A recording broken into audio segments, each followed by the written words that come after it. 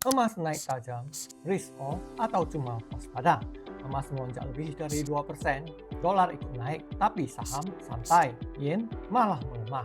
Kalau ini kedengaran tidak konsisten, bagus, karena pasar juga lagi ngerasa hal yang sama. Apa yang terjadi? Harga emas melonjak lebih dari 2% menyusul laporan bahwa AS telah menangkap Maduro.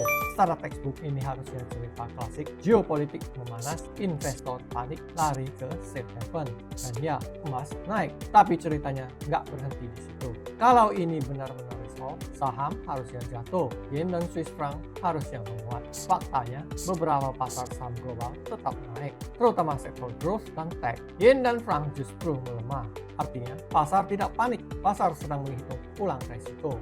Ini bukan lari dari pasar, ini pasang sabuk pengaman. Investor tidak takut pada Venezuela. Yang bikin gelisah adalah sinyal. Apakah ini tanda AS akan lebih agresif ke depannya? Kalau iya, pertanyaannya langsung melebar. Iran, Kolombia, Panama, Greenland, atau Kanada. Ini bukan soal satu event, ini soal pola. Emas naik bersamaan dengan dolar AS, biasanya ini jarang terjadi. Kalau emas masih butuh dolar melemah untuk naik, ceritanya sederhana. Tapi sekarang, emas naik karena kepercayaan, bukan sekedar mata uang. Emas dilihat sebagai strategic hedge, bukan panic button. Siapa yang beli dan kenapa? Ada dua lapisan demand. Jangka pendek, hedge fund, tactical investor, protection terhadap headline risk. Jangka panjang, bank sentral, negara-negara ingin mengurangi ketergantungan berlebihan pada dolar. Di dunia yang makin terfragmentasi, emas bukan cuma logam. Emas adalah aset kepercayaan. Sekarang, pertanyaan krusial. Apakah satu kejadian bisa menopang tren emas jangka panjang? Jawabannya tidak sendirian.